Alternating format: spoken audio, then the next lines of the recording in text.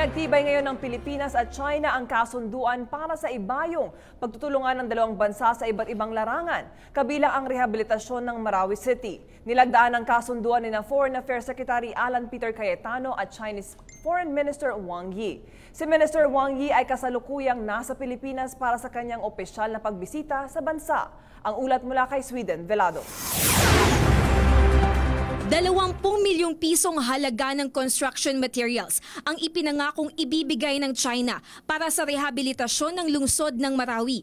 Sinabi ito ni Chinese Foreign Minister Wang Yi sa kanyang official visit sa bansa. 紧急物资援助用于马拉维民众的安置和战后的重建。相信在杜特尔特总统领导之下，马拉维战士不日将取得完全的胜利，连兰老岛的人民将迎来幸福安宁的生活。 Binigyang diin niya na handa silang maging kabalikat ng Pilipinas para sa pagbangon ng lungsod.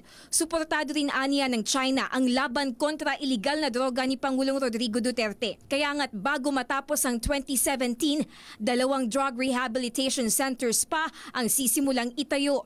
May dagdag na kagamitan din kasama. 第一，坚定地支持菲律宾奉行独立自主的外交政策，探索符合自身国情的发展道路。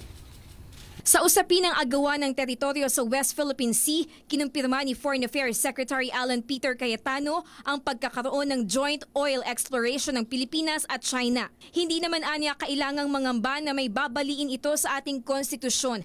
Ani Cayetano, hindi ito ang unang pagkakataon na nakipag-joint development venture ang Pilipinas. Malampaya is an example of how the Philippine Constitution allowed exploration and development of our natural resources despite the cooperation with some foreign corporations or foreign entities. Samantala, isang memorandum of understanding ang nilagdaan nila Cayetano at Foreign Minister Yi para palakasin pa ang bureaucratic cooperation sa pagitan ng kani-kaniyang ahensya. Sweden Velado para sa Bayan.